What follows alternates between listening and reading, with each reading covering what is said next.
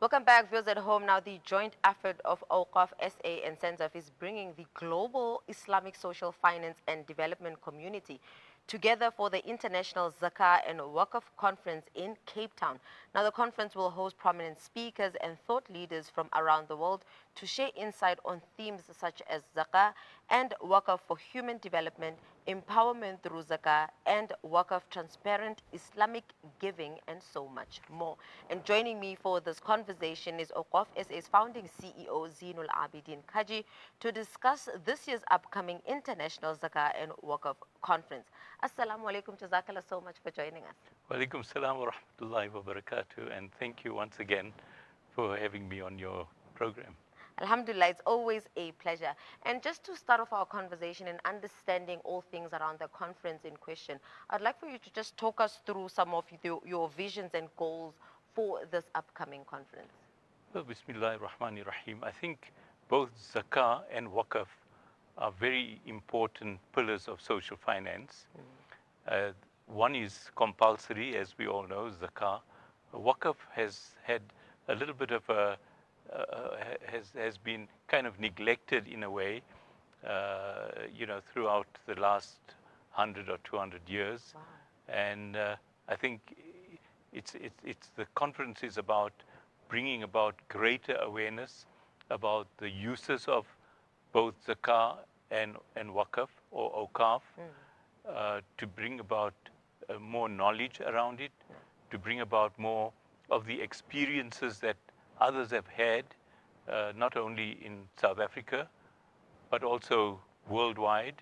There have been Waqfs in Tunisia, in Lebanon, in Syria, in Makkah, Medina, and these have all contributed immensely to Islamic civilization knowledge. For example, institutions like Al-Azhar in Cairo, Al-Qarawin in Morocco, these were bastions of knowledge and a spread of civilization actually from there, literally in the golden age of Islam, and even much prior to that, because those were like the first institutions in Islam. So our vision is that these institutions, both Zakah and Waqf, complement one another.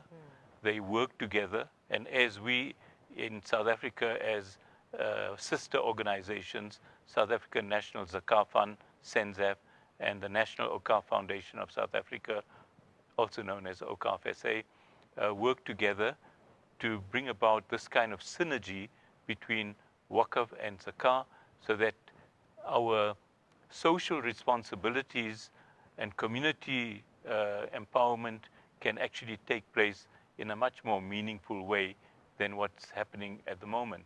So we hope that this conference will bring in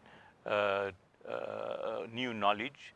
It will bring in experience from different speakers from different parts of the world. And of course, we expect lots of participants to actually learn from the experiences, and hopefully that they can implement it in both in South Africa and elsewhere, inshallah. And you mentioned something that, as you have highlighted, it's quite concerning to say, what could be the cause, if there is any, in the decline in Waqf? Well, the Waqf institution per se has been the hallmark and the strength of the Muslim Ummah over the centuries. Yeah. And when colonialism came, they tried to dismantle this institution because it was really the oxygen and the lifeblood of Muslim development. So we blame it on colonialism, we blame it on nationalism, that in certain countries the Awqaf sector was totally nationalized, and it left the civil society without the means and ways to actually establish Awqaf again. So in some countries, the Waqf was actually deliberately, caused to become dilapidated as well, because the funding source of all the Awqaf and all the assets of the Muslim Ummah came from the Waqf sector.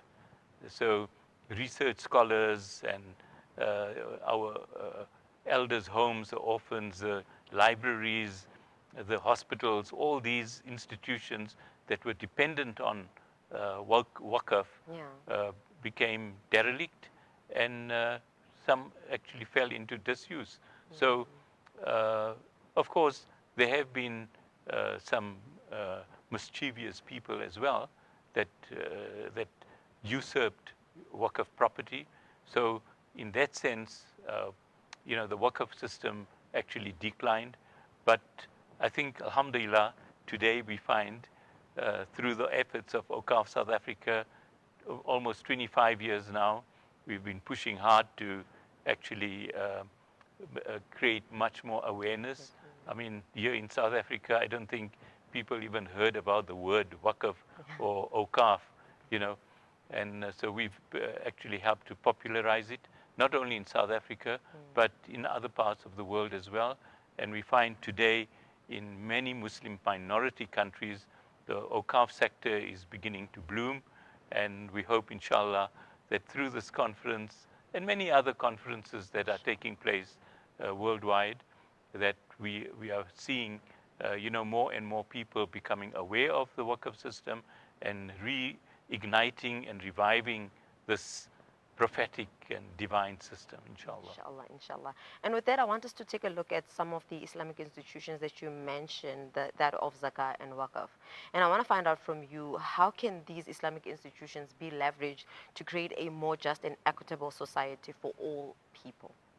Okay, so I think we have these two institutions as Waqf and Zakah. Yeah. Both are fundamentally financial institutions that are there to serve humanity, that are there to serve the community, that are there to serve, that are there to empower communities, that are there to make us self-reliant and independent, so that individuals who find themselves in a destitute position or in poverty, that these people may be uplifted and that they become zakah payers in the future. And as far as Waqf is concerned, the scope for Waqf engagement is much more broader than zakah, in the sense that Waqf relies a lot on personal passion as well. So, for example, if a person feels that they just want to concentrate on say, a passion like calligraphy. So I will fund to teach calligraphy. Or I'd love to set up a school. Then they would set up schools. Or they would like to sponsor somebody to write books. Then, so the scope for Waqf engagement becomes much more broader and bigger. And many people can actually benefit from that, whether they're Muslim or non-Muslim. And it's humanitarian. It could also benefit, like in today's times, people are very concerned about the environment. So planting trees and, growing food gardens, food security, those are the things that people want to do. So Waqf gives them that opportunity to plant trees and let the fruits actually grow year after year to benefit people. So organizations, institutions, and there are many in South Africa that actually collect zakah, but is the distribution being done in a way that will help people being empowered, or is it something that we are creating what is sometimes called toxic charity, where we giving handouts and things like that, rather than developing people, giving them skills so that they become self-reliant and independent as well. Inshallah. And in closing, I'd like for you to just, inform myself and the viewers in terms of where can they buy the ticket and how much. Okay, so this conference is going to be taking place sometime mid-October. Okay. So that is round about the 11th and 12th of October, 2 days. And we haven't actually worked out quite what the pricing is going to be. Oh, okay. And we're looking at the venue also. It's going to be happening in Cape Yes. Town, like the one we discussed about the Irsika conference, Irsika Awqaf.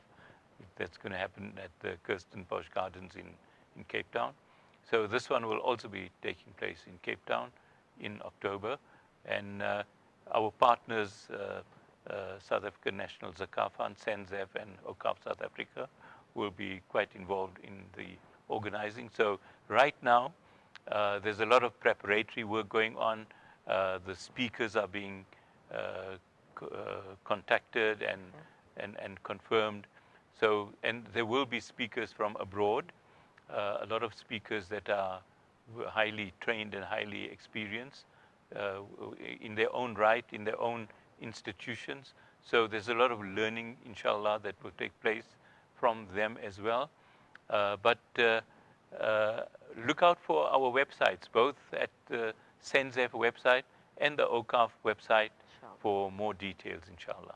Mr. Kaji, Jazakallah so much, for coming in and just giving us insight on all things Zakah and Waqf, and really bringing the awareness that is much needed around Waqf. As you mentioned, that it's something that we really need to invest in, because it allows, the community to be uplifted in ways that is seemingly rightful and needed in that certain or specific community. Jazakallah so much for joining us. It's a pleasure. Jazakallah. Viewers at home, that was my conversation with the CEO of Awqaf South Africa, who was sharing in terms of the upcoming conference that's going to be taking place in October. So certainly make sure that you are clicked and updated from the website of SANZAF as well as Awqaf SA, as they will be sharing in the details in terms of the date, or rather confirming with the date, the price of the ticket, and the locations as well. But for now, let's head over to an ad break. We'll see you just after this.